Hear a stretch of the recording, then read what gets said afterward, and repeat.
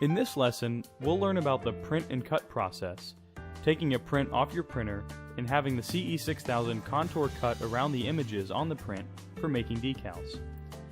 We'll cover how to make a contour cut path, how to use layers effectively for this process, registration marks, why they are needed and how they are used, and then the steps required to load the print onto the cutter.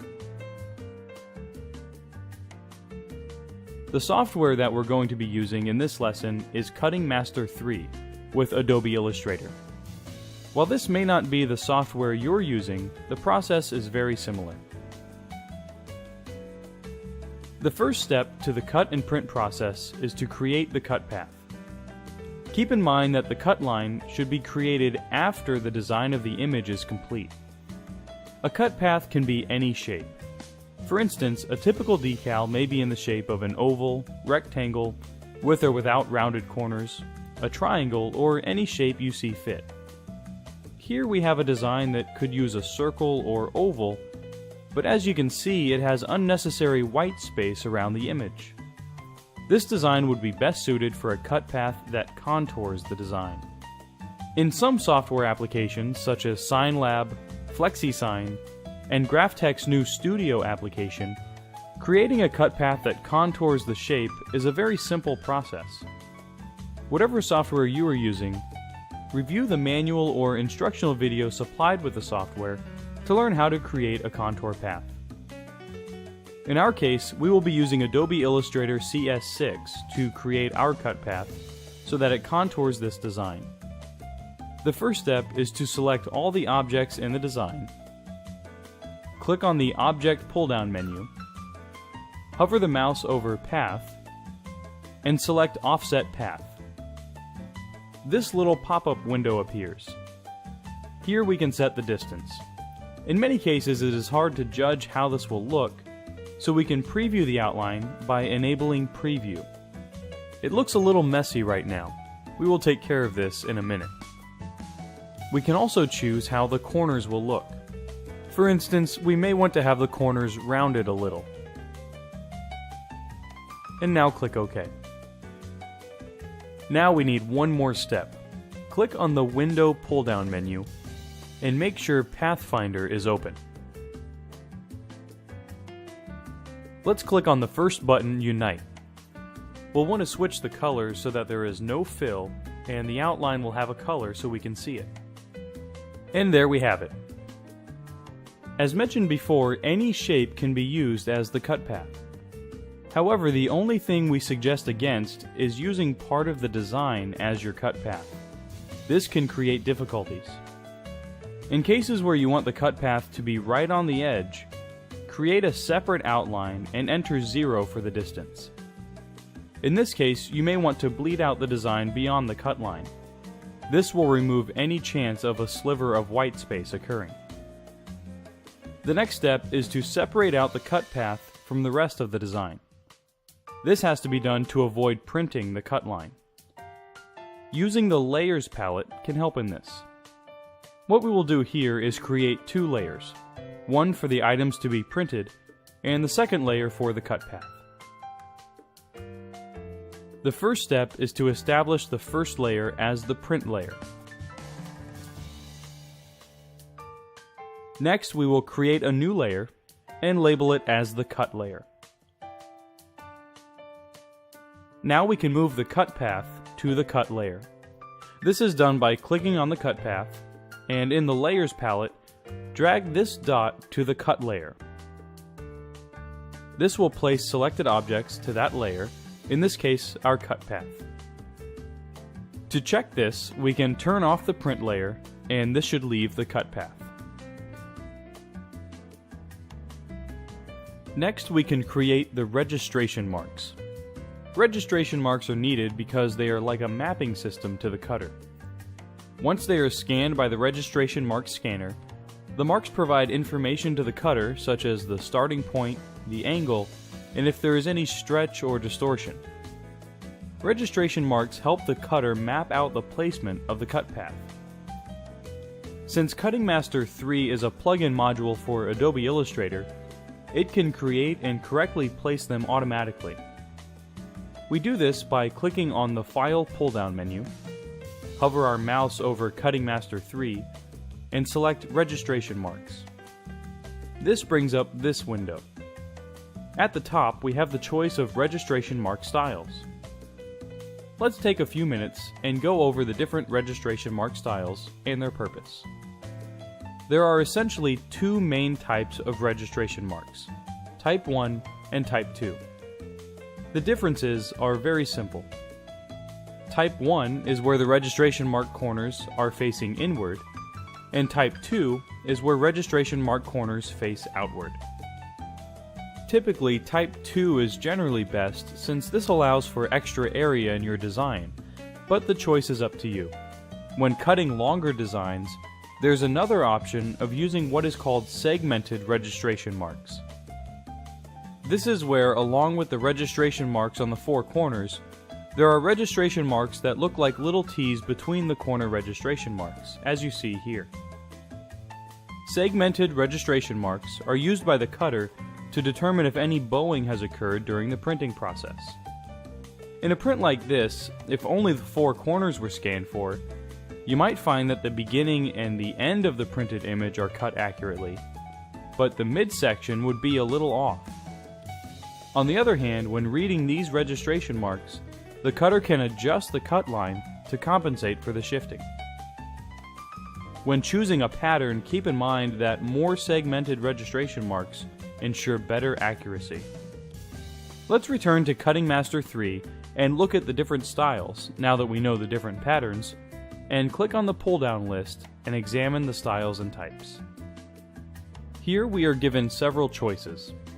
The standard styles are with the Type 1 and Type 2, whether we want segmented registration marks Type 1 or Type 2 in the horizontal direction or vertical direction. If the design is longer in the horizontal direction, then you'd choose the H- segment Type 1 or 2. If the design is longer in the vertical direction, then you'd choose the V- segment Type 1 or 2.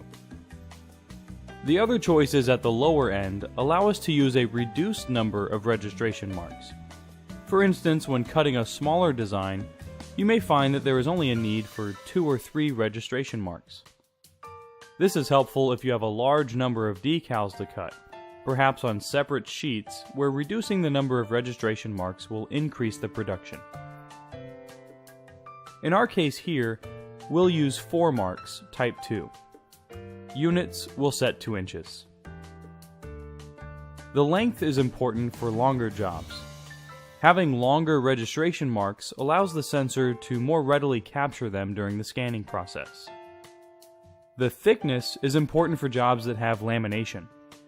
Once again, having thicker registration marks allows the sensor to capture the registration marks more readily during the scanning process. Margin is the distance between the cut path and the registration marks when relative to cut job is selected.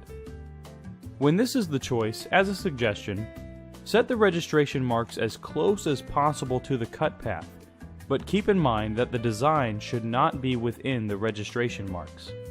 Otherwise, the registration mark sensor will scan a line or object that is not the designated registration mark. Keep in mind when setting the margins for the registration marks, you should have at least 3/4 of an inch or more between the edges of the media to the registration marks. This way, the registration marks will not be traveling under the wheels. Remember, anything outside the wheels is not recognized.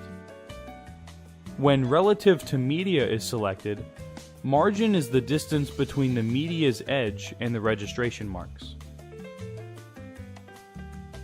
A line document with registration marks will do just that. It will base the positioning of the registration marks with the document's origin. Once all the settings are to our liking, click Apply and then OK, or just click OK. Clicking Apply will allow us to see how the registration marks will look after any changes are made.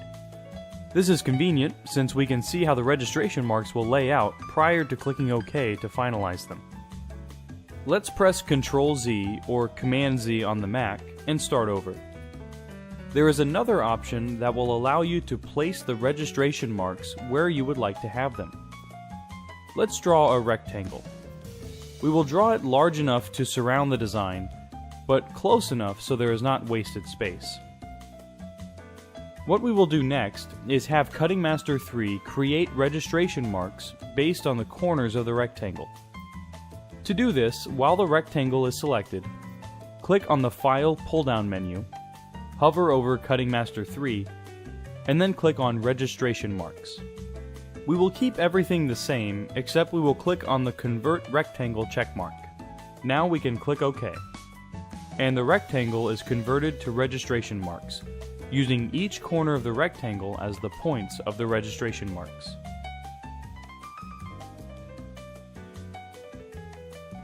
Our design is ready for printing, but first we need to turn the cut layer off so that it will not print.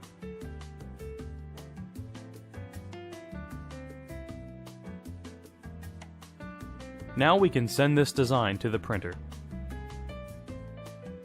Prior to sending the design to Cutting Master 3, we'll want to make sure we turn the cut layer back on.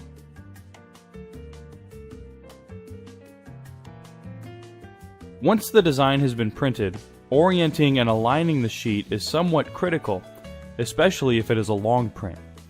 When removing the printed sheet from the printer, make sure there is at least a 3-inch margin from the back registration marks and the back edge of the sheet. The best way to load the sheet is to first get the orientation of how the print is to be loaded.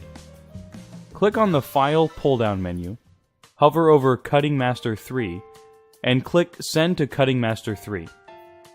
At this point, it is recommended that you review the lesson on Cutting Master 3 if you haven't done so already. Click on the Cutter's icon button. Up in the left-hand corner of the workspace, an icon shows the direction of the cut. This indicates that the bottom of the workspace is the front edge. So when placing the print in the cutter, that part of the design's edge is placed toward the front of the cutter.